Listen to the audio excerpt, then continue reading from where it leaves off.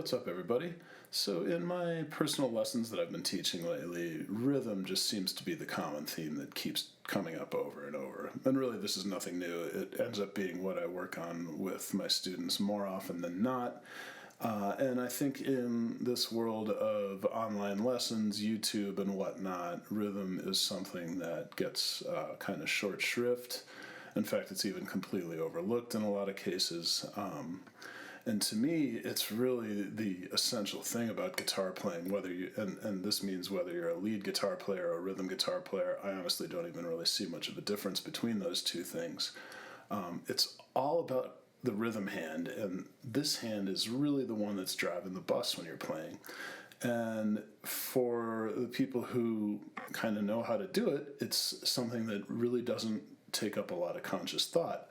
But for the people who don't really know how to do it or struggle with it, it really becomes a point of contention in their playing and something that really frustrates them. So what I'd like to do is work on a few things that can hopefully develop that sense of kind of ease and relaxation in your rhythm hand.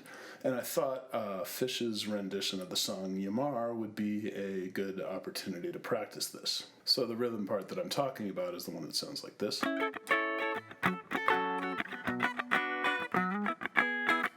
So the chords to YaMar all the way through are A, F sharp minor, B minor, E. And I'm going to play my A chord as a bar chord on the 9th fret, with the bar on the 9th making a C shape above the bar so that my pinky is landing on that root note of A on the 12th fret there. F sharp minor is in the same exact spot, using an A minor shaped bar chord. B minor I'm just going to do as a 7th fret E minor shaped bar chord, standard way to play B minor. I happen to know, I think Trey plays this funny inversion of a B minor when he plays the tune. The advantage to that, of course, is that he can stay in the 9th position here, so if you choose to do it that way, that's just fine. I prefer to do it that way just because I like the having the root note right on the bottom of the chord there.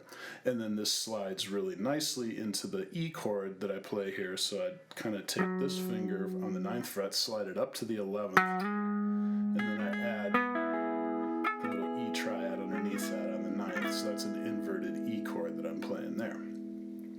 Now, what's important about this rhythm, and really broadly about rhythm guitar, is that your strumming hand really just kind of goes through the whole thing.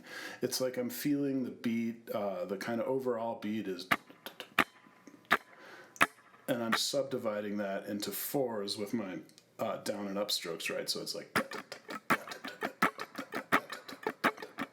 some people might count that as 1E and a 2E and a 3E and a 4E and so it's like one big beat subdivided into 4 smaller beats. Now I should mention here, you can count it if you want, but really I find that these things tend to, in general, go better if you don't overthink them. So as much as you can, try to just like relax and rely on your feel when you're doing this. And then, in addition to the motion of this hand, which like I said, really this hand just kind of goes, and I'm not really thinking about what this hand is doing too much. It's my fretting hand that's really controlling what you're actually hearing by adding pressure to the chords or taking the pressure off. So when I want to hear the chord, I have the pressure down. When I just want to hear the scratch of the dead strings, I have the pressure off of the chords, though my fingers are still on it, right?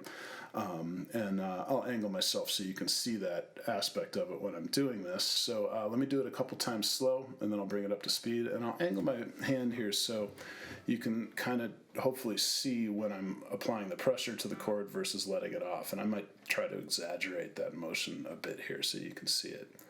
1, 2, 3, 4.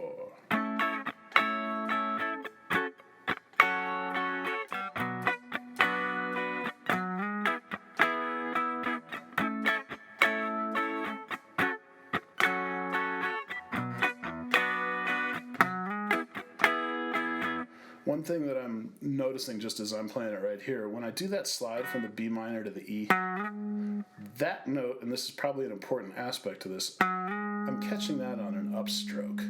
And I think if you can get that on the upstroke, everything else should hopefully fall into place around it. I'll do it a couple more times slow here.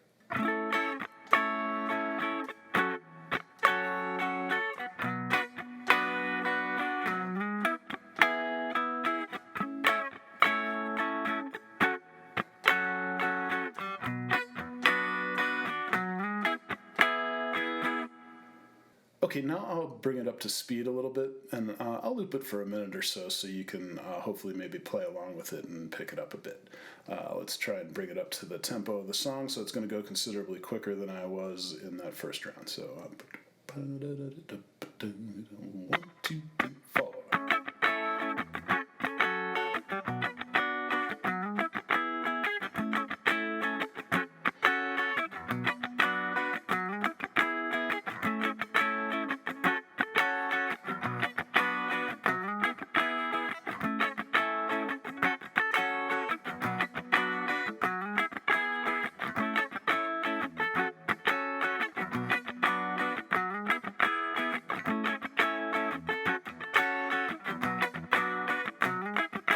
Four more.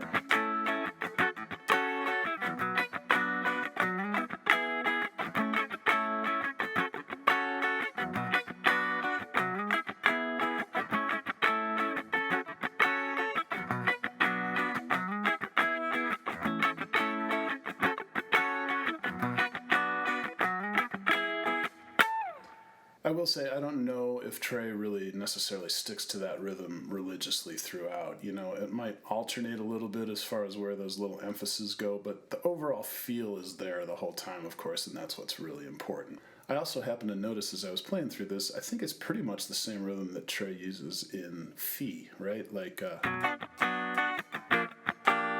where you kind of have downstrokes and upstrokes getting emphasized in different ways to give sort of a calypso-ish sort of feel.